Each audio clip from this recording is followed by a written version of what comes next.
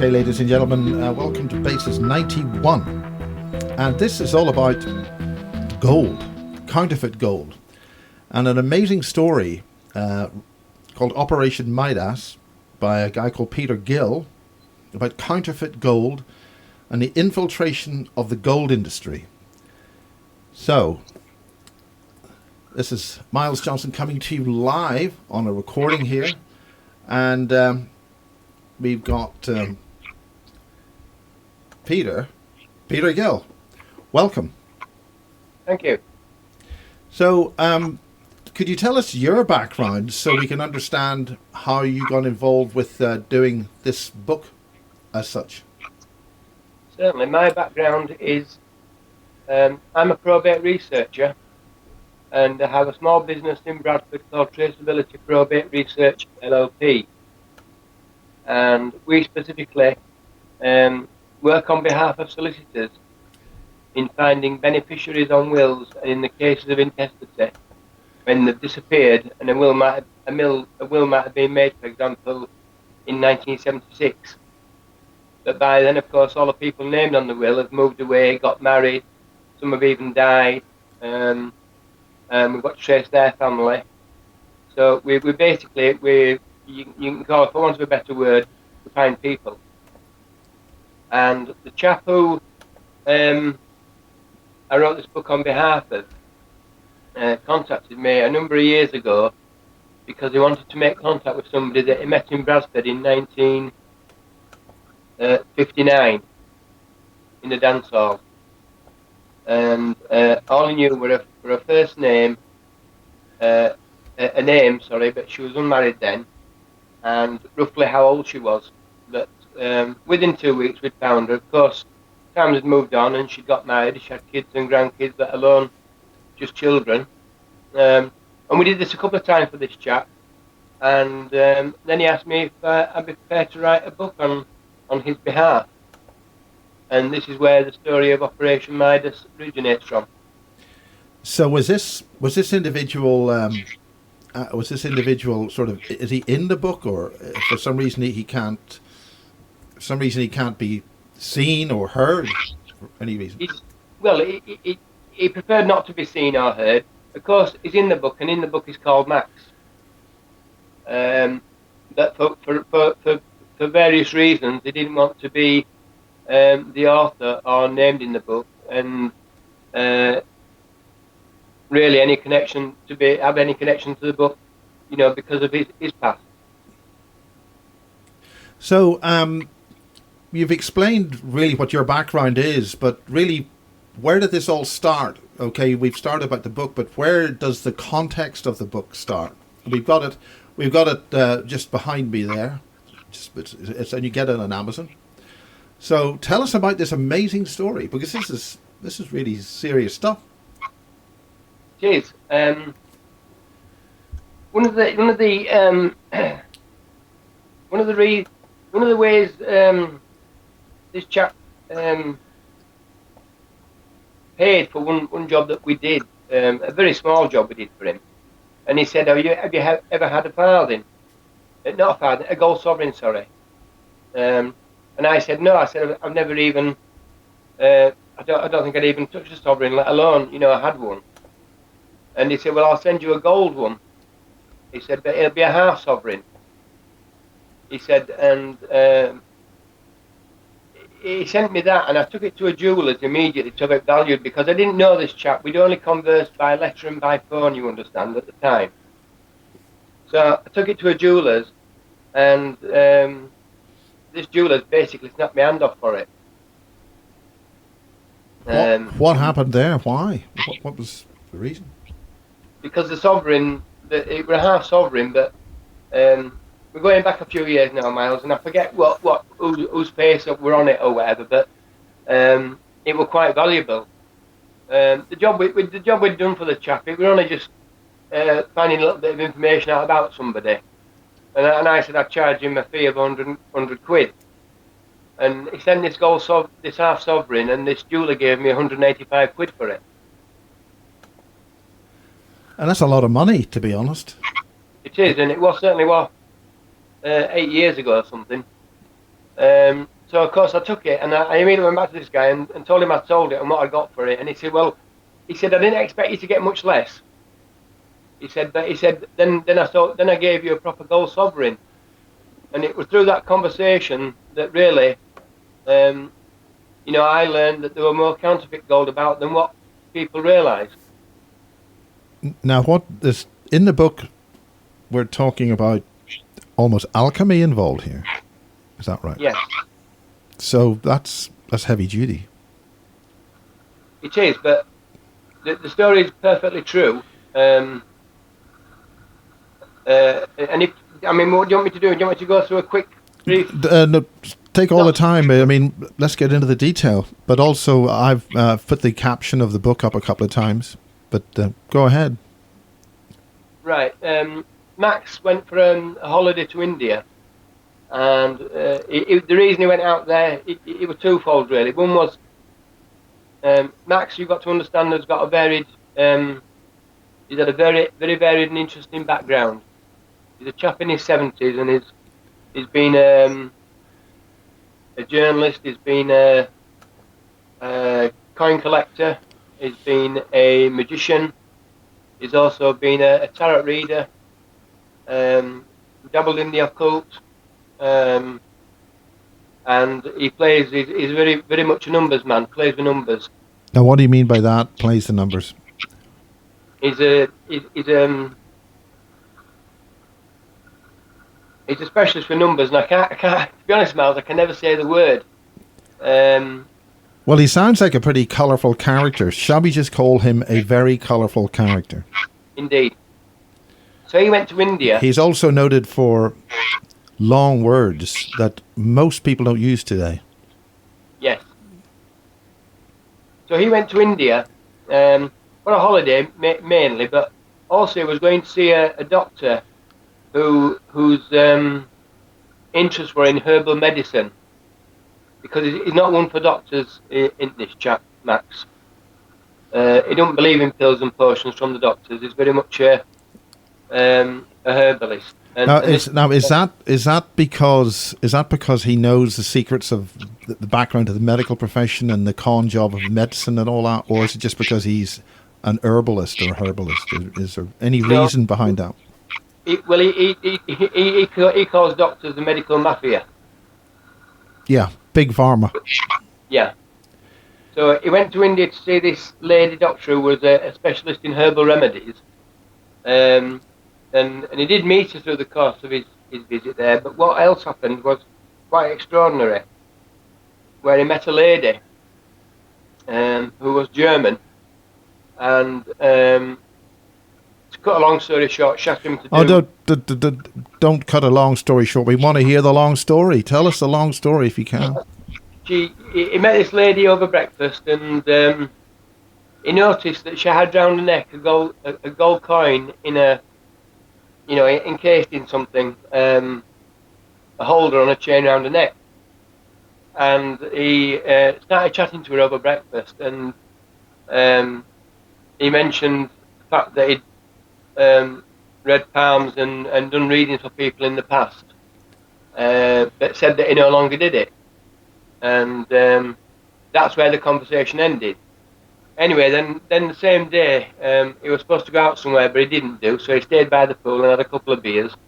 And in the evening, he got a tap on the shoulder, and it was this lady again. And she asked him if he'd do a reading for her.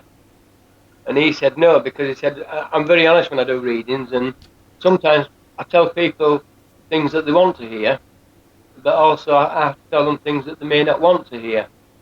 He said that I believe in telling them everything that I managed to achieve.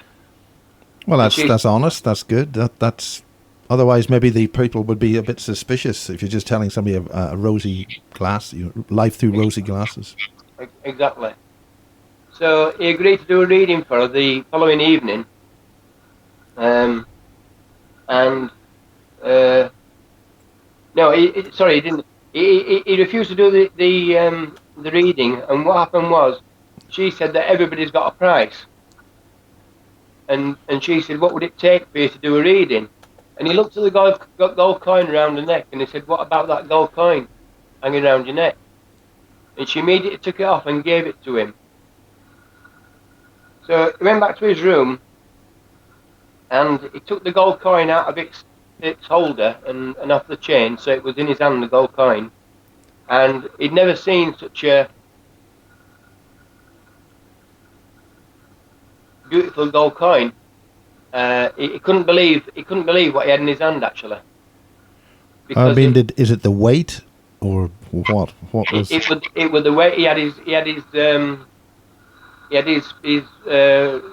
jeweler's glass with him, you know, the little glass piece that they have for looking at gold and various diamonds. He had that with him, and he checked it in every possible way, and he thought, well,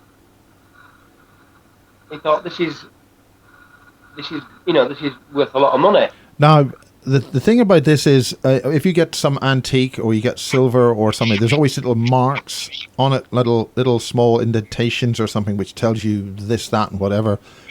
Do these gold coins have the same kind of markings that, like a bit of jewelry would, or something like that? Not really.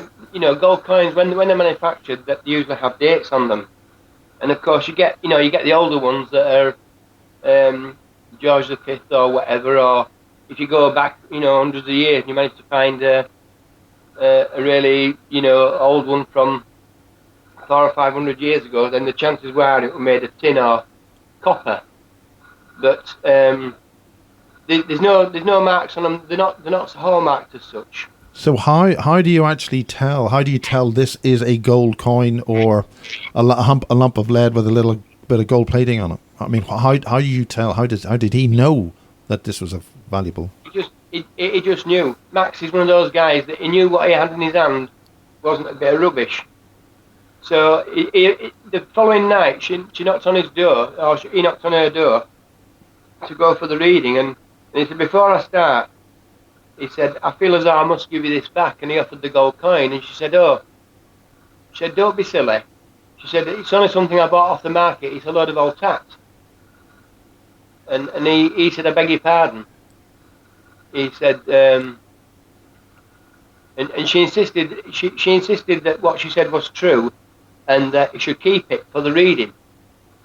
So he agreed to do the reading and sat down with her. But before the reading started, he said to her that he would do the reading as she requested, but only if she told him in sincerity what a load of rubbish she just told him about that gold coin. And she replied and said, well, you're obviously a man of many talents, she said, and you know your stuff, she said, but there's plenty more where that came from. In other words, was she sussing him out, sussing her out, sussing him out? I think they were both sussing each other out, to be honest. Yeah. Anyway, he went ahead and did the reading, and what transpired as a result of readings was that this lady was connected to, she was from Germany, and many years ago she was torn between two men, and one man was much older than her, and this man had to go away to a warehouse in the Middle East somewhere, a scientific lab or something, a factory, and she had to choose to go with him or stay at home and wait for him. And she had a much younger man who she wanted to be with, but then really in one of those situations, the older man that had to go away was a very wealthy man. The younger man who she wanted to be with had nothing really, good looks and a bit of panache maybe, but nothing much else. And so she had a bit of a dilemma, and she didn't choose either of them.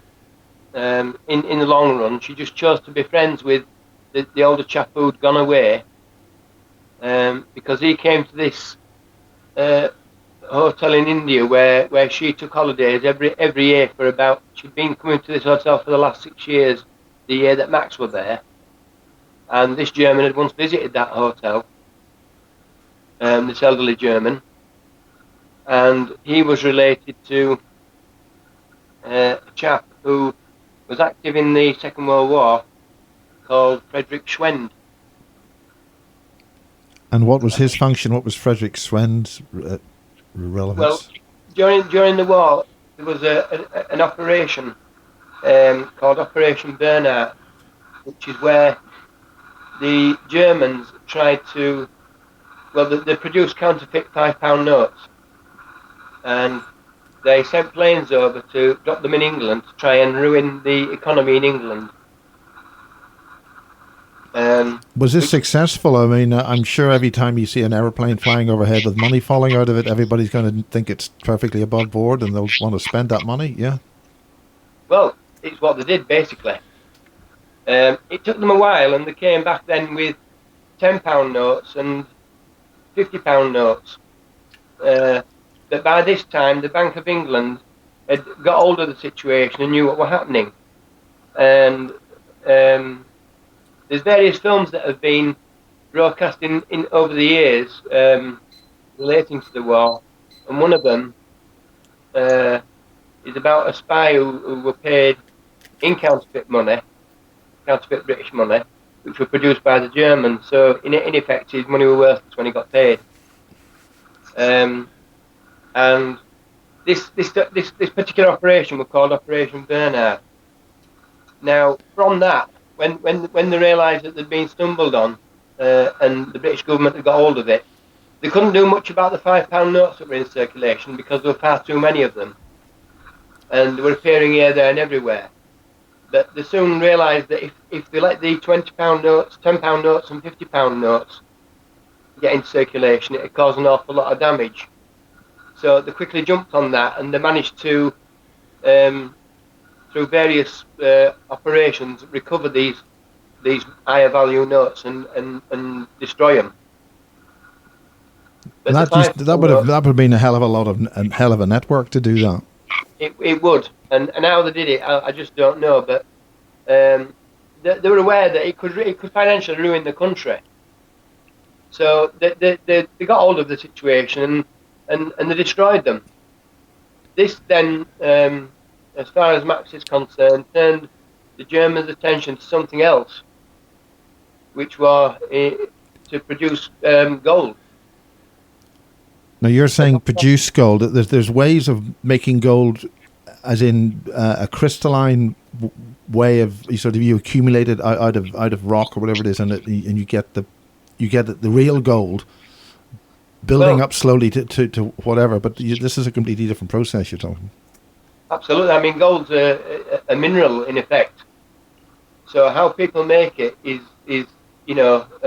incredibly. You refine it essentially, don't you? Indeed. And what happened was that this scientific lab, or whatever it was in the Middle East, it was that lab's due responsibility or function to produce this gold.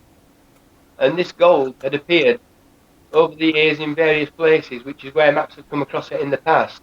But he was absolutely staggered when the gold coin that the lady were wearing was actually that same gold. Would this be a city in Egypt? Not Egypt, but Syria? Aleppo? I don't know. All I know from Max is that it was the Middle East. He didn't quite know where it was. But he knew that when this older chap had to go away to work in this lab, he initially said to this lady friend that he'd be away for probably 3 months. He was there for a number of years. And never came out. Now, when this gold coin appeared around this lady's neck, Max knew he was onto something. And that's why he then talked to staff in the hotel about the lady and talked to the lady more and found out that she was furious about the relationship she couldn't have with this man because of the work he had to do.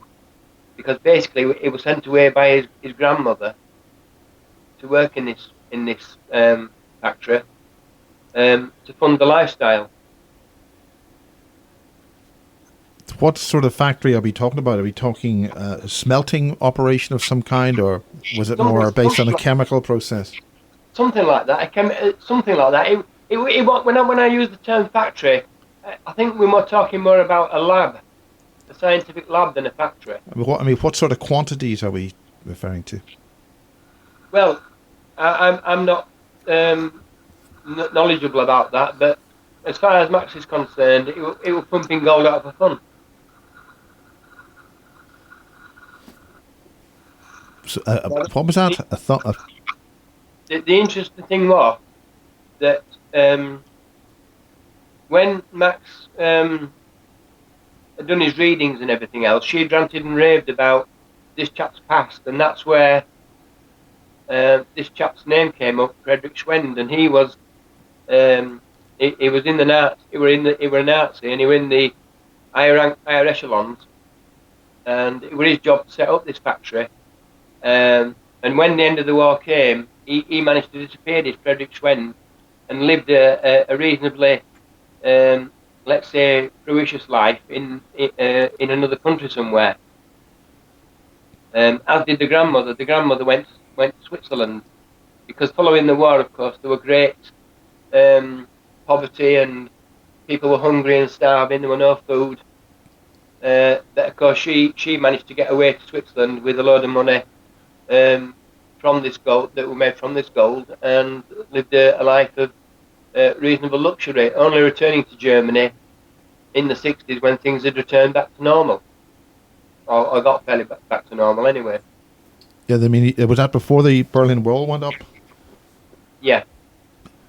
So, I mean, was she East German? Did things turn bad ultimately for her? Yes. So what happened? Well, what happened after that was Max came back from his holiday and quite bewildered about what he'd stumbled across. But he'd been many times to Germany, and he'd been many times to Austria, and he met he knew a chap in Germany whose name was given in the book as Otto, and he worked for a West German magazine. And Max contacted him and asked him if he'd be interested to tell him the story. What's the significance of that book that you mentioned? Could you mention it again, just to get the right? Operation Midas. Yeah, Operation Midas, but the book the other book you just mentioned. It wasn't. I don't know. It was German. It worked for a German magazine. I'm not sure which one it was. Did that mean that he had the ability to spy on things, get into places he otherwise wouldn't be able to get into? He was a very knowledgeable journalist, and he knew about certain things. Put it this way. What sort of certain things? Well, things that perhaps the Germans, tried to mask over and forget about from the past. You're referring to the concentration camps or secret technologies or what? I mean, alchemy. We're talking alchemy here, aren't we? We're talking alchemy, yeah. I don't know about the other stuff, but certainly the alchemy. So when Max contacted him, he was most interested to meet Max. And Max then travelled back from the UK to Austria to meet up with him. What part of Austria? Czech Republic? Or no, the Czechoslovakia area? Salzburg in Austria. Yeah, okay. Salzburg, yeah. So what was going on in Salzburg? Why that region? It's where Max. It was Max's favourite place in Austria to go. So Max said he were going to go for a week's break to Austria, and Otto agreed to meet him and listen to what he had to say. And what did Otto have to say? Well, Otto were quite surprised at what Max presented. Now, what did Max bring with him to present? He must have known what to bring to get attention. He told him to bring the evidence with him, the gold that he'd acquired, and he just took the one gold coin that he got from around this lady's neck. Yeah. And when he'd sat down with when he sat down with this German, he told him the story, and the German then quickly arranged a meeting for Max with other people, which Max thought were the production company, around the magazine, the designers and storytellers, writers or whatever, and he thought he were going to that kind of meeting. And this meeting took place a couple of days later. I think there's also things in there about Russians and things, Russian rubles, is in India and all that. Yeah. Over the years, every coin over the years, there's been counterfeit of every type of coin. As much as now today, we've had, before the introduction of this new pound coin, how many of those, the old pound, the older, before we got this new one out, that's like a 70-bit shape, there were masses of those that were counterfeit. And that's actually a much more widespread than people have been led to believe. Absolutely, and the Russian ruble didn't escape either. That were copied. And the beauty of it is that give Max 2 coins, one of each. Give him a good ruble and a bad ruble, and straight away can tell you which is the good one and which is the bad one. Is that intuition, the way he feels it, or just a sensitivity as to? It's intuition, it's sensitivity, it's whatever you want to call it. I don't know quite how he does it, but he does it. I'm just going to show people the from the book the £5 note of the era that we're talking about. These are big fivers, huge things. I mean, about the size of the page of this book, which is A5. I mean, they're big things. So. That's it all looks as if it's almost personally handwritten by the Governor of Bank of England, but also it's certain numbers and things involved there. Could you talk about that? What page on the book is that? That's page 41. A quick look at it. And there's the thing about the rubles, thousands of counterfeit rubles from Goa in India. Oh, I'll put that up while you're getting that. It's a fascinating book. I actually think he could have put a bit more into it. You could have put a bit more into it. There's a bit of cutting a long story short in it. There. It is really, in a way, but of course, Max is, is in his late 70s, and he wrote the gist of the story out by along and sent them to me in the post. I then typed them up and sent them back with the originals that he'd written because he wanted to destroy them. It's not a goodness. Oh, yeah. It's always, you don't want to destroy anything until you've got the book in print and published. Well, that was the way Max wanted to do it. I had no choice over that. But I sent every piece of written copy that he sent me. I had to send back to him for him to destroy. £5 note. I've got a copy one myself of an original one. Obviously it's tucked away, but when you counterfeit notes, of course you take every detail into account. So printing numbers on it, wasn't an issue for the Germans. They just all they needed to do was get hold of a British £5 note, and because of course there was that much going on at the time, what with the war and everything. They just manufactured them by the thousands and dropped them into the UK. Literally. Literally dropped them. Yeah, by plane. There's on page 44, there's some of these gold coins.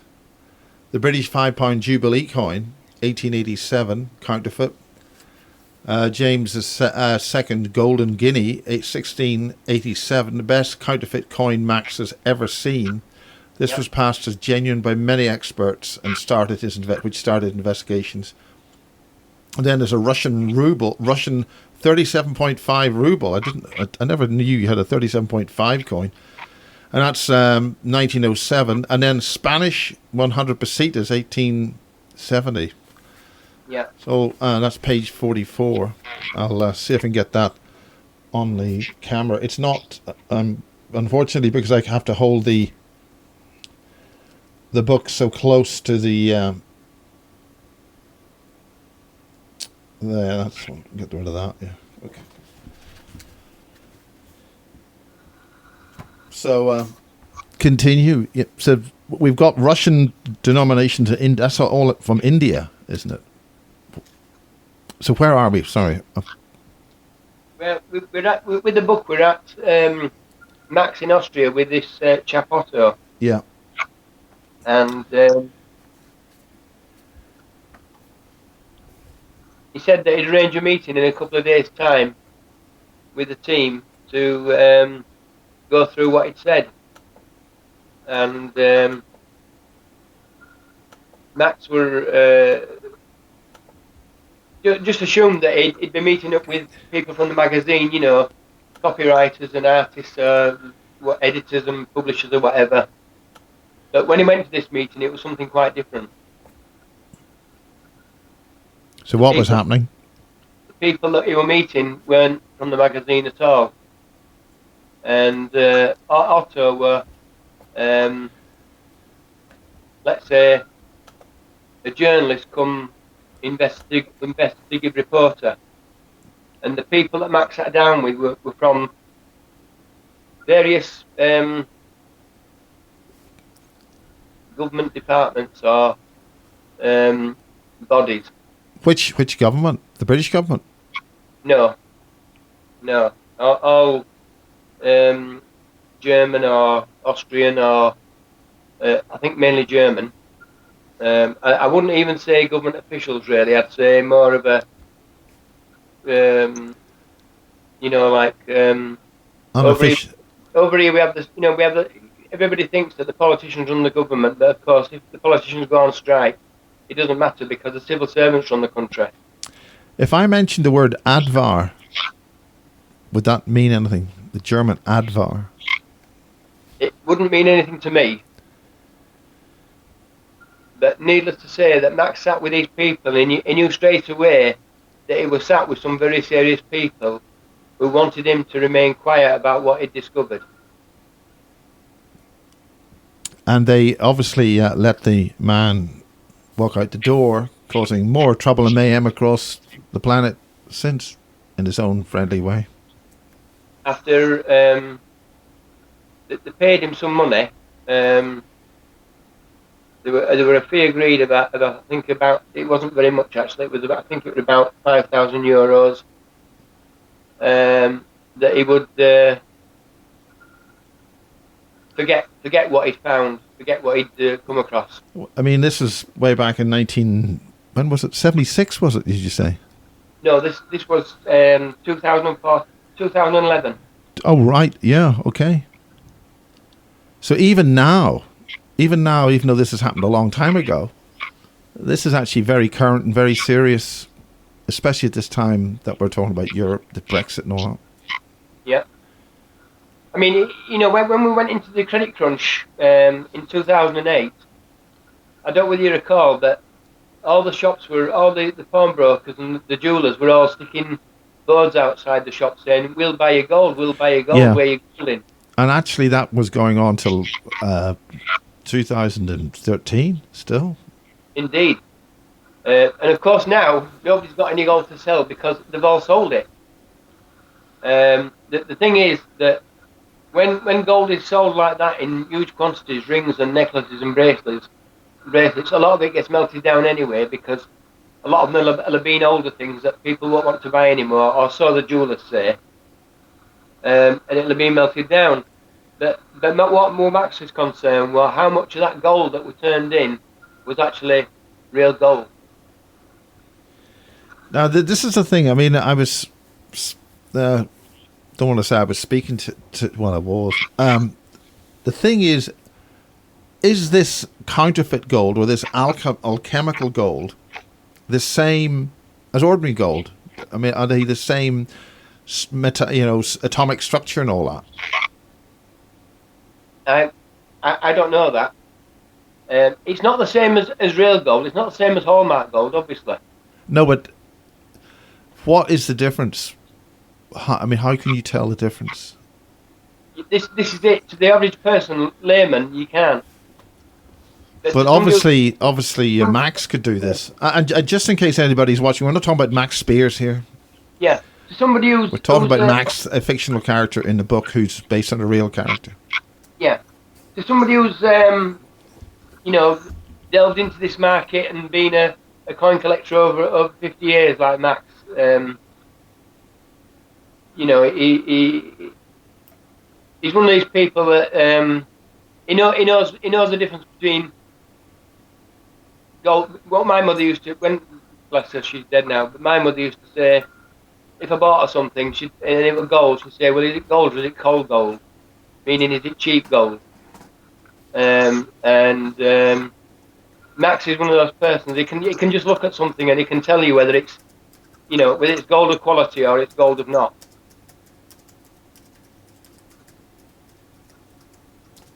So so if I'm trying to figure out how on earth what well, maybe it's just a trade secret.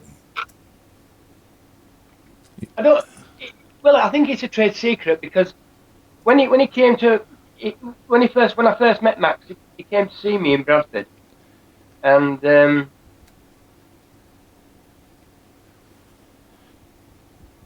he knew a lot of things. Did Max? He's a very wise man.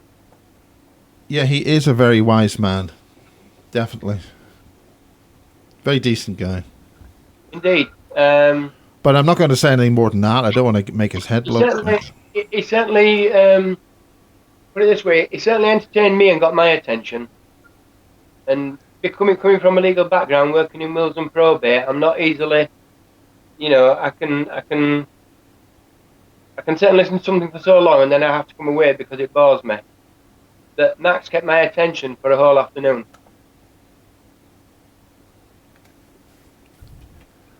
And that's when you agreed to publish to write the book, or to author the book.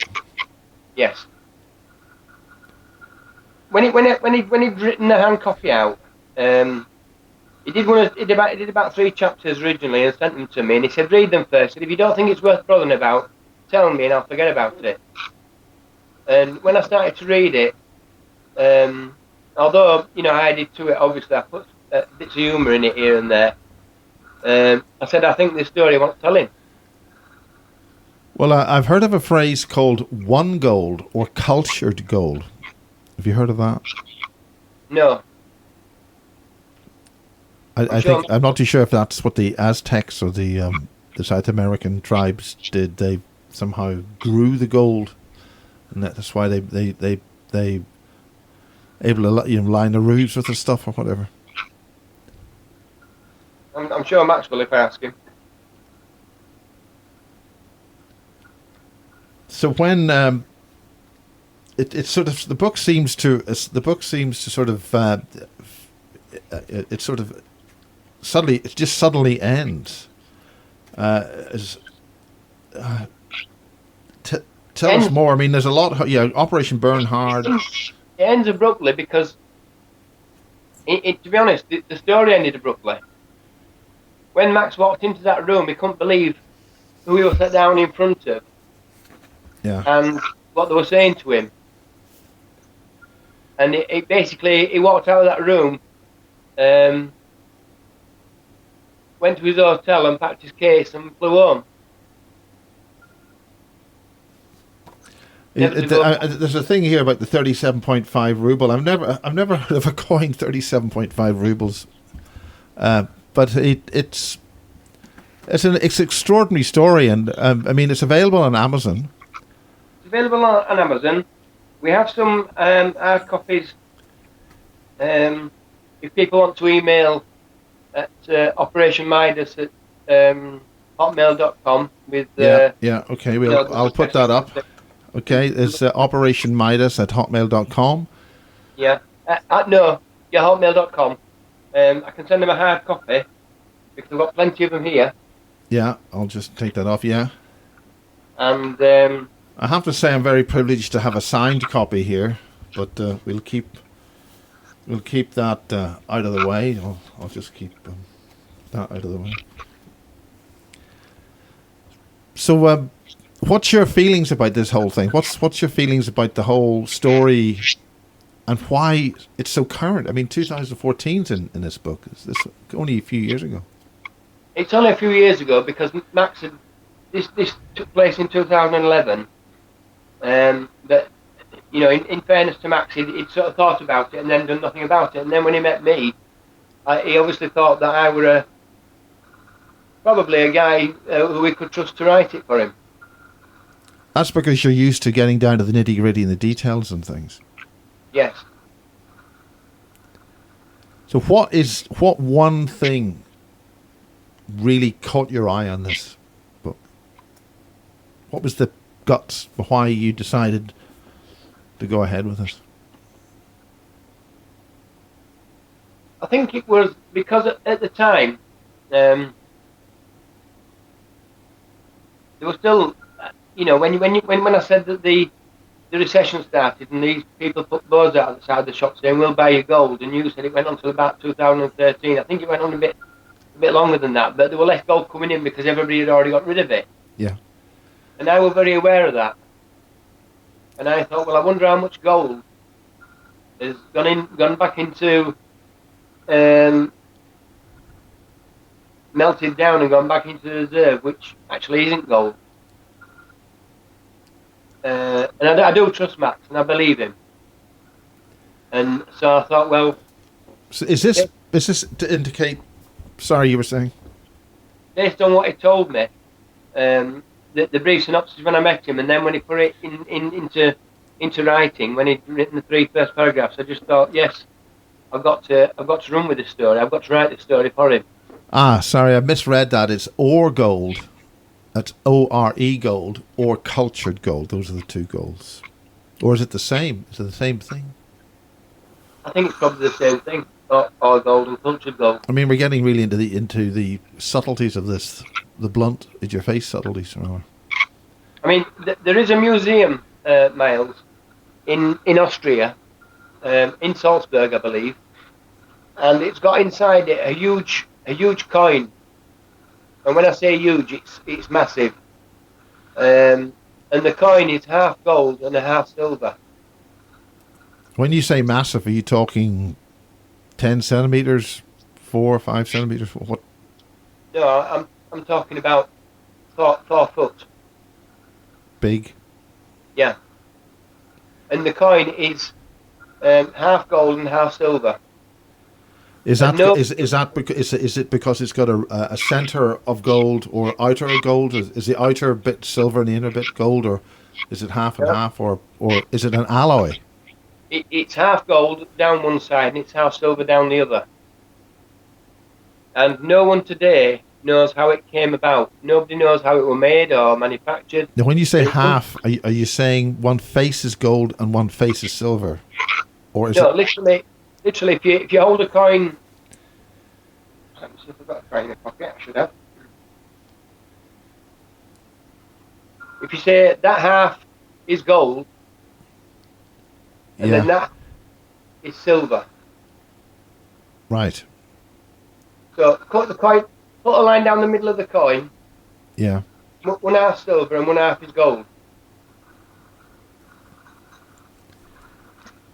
And those are two. I mean, that this one obviously been soldered somehow together. Well, nobody knows. It's in a museum in Salzburg, and nobody knows how it came about, who made it, how it was made, where it came from. Nobody knows the history of it. It's just there, and it's there for anybody to go in and see. Must be worth a little bit of money. I would have thought so. Maybe quite a bit of money. They don't usually have things in museums that are not, do they? No, yeah, that's right. Well, is there any final words you'd like to say about the character, this colourful character? There's, on the front page of the book, there's your pass. Is that your actual passport? It's an old one. From in the days when passports were like that. I mean, that's a long time ago. They cut the top the corner off. Yeah, they used to do that when you filled it. Yeah, And there's obviously another passport underneath that, and then there is a fiver, which is obviously printed off somehow. Yeah. The medals and the knife and the gun are all Max's. It's interesting. It's interesting. There, you've got two different types of swastikas. One is as in vertical, that's like a clock, and the other is the off by 45 degrees. Is there a significance to that? I've no idea. Max got the cover done by somebody local to him. He just asked me if I had a passport to send him, so I sent him that one, which were an old and obviously not a very. Oh, so that's actually your actual passport. I mean, it's a real passport. Oh, it's a real passport, yeah. Well, I actually, to be perfectly honest, think there's a hell of a lot more to this story than has been told here. Is there anything more you could talk about?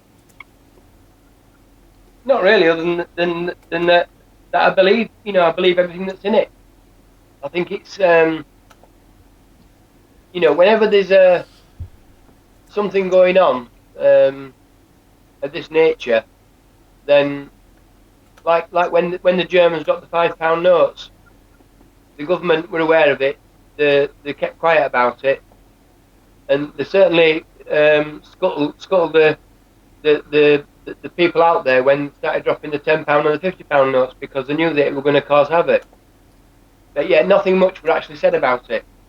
Did any of those notes actually survive to get out into the public domain? I believe some did. Certainly the £5 notes did, because it was the £5 notes that were the basis of that film. I can't remember the name of the film, but James Mason plays. Ah, yeah.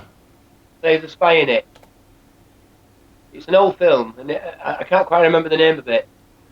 Yeah, you think he played quite a few spies of that type. Was one of his trademarks. He also played Rommel. He did. But in this one, it was a spy story, and he paid the spy in these counterfeit £5 notes. Because when the story ended, this chap, went away and thought he'd done the job and been paid, and thought he was a wealthy man. But in actual fact, he was penniless because the notes were void. So I mean, the banks bounced it instantly, or yeah. He wouldn't have been too happy about that. He wasn't very happy about it. Well, I've got your email address up there. What sort of requests? What would you be looking for? Further inquiries on that? Yeah, by all means, people can send questions in, or inquiries about the book, or if you want to contact me on that email address. There's one individual talking about. Are you aware of the Anunnaki can't utilize cultured gold or for Ormus atmospheric shielding? Have you heard anything like that about gold? No. No, we'll leave that for the Tin Hat Brigade, as they call it. There's Brown's gas and HHQ, whatever that is. Hydrogen. Oh, no, that's hydrogen dice. Double HO, whatever that formula is. Are you familiar with that? No. HHO. That's H. It's not H2O. It's must be different. Anyway, okay, we'll leave that alone. Yeah. So, Peter, thanks very much. It's good to talk. I mean, I know the character we're talking about is a tremendously colourful character, and I've seen him on the conference circuit, and when I do the odd little conference up in certain places near Blackpool and things, and it's a tremendous honour to know the gentleman, and it's also great to meet yourself. And you, sir. Are there any further plans to come out with any other travels of Max? Max has been all over the place. Any other books scheduled for Max's? Max has hung his suitcase up.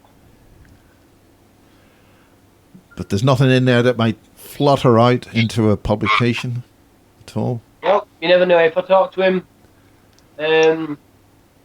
he's promised to come and see me in the spring. He's going to leave it alone now because we're in the autumn and a bit windy, and he's a bit frail on his legs these days. So yeah. Well, I'm gonna put the just the book up for one last time. Operation Midas by Peter Gill, available from Amazon as a physical book and also as a what do you call that, virtual version. God almighty. It's not an audio version, is it? It's,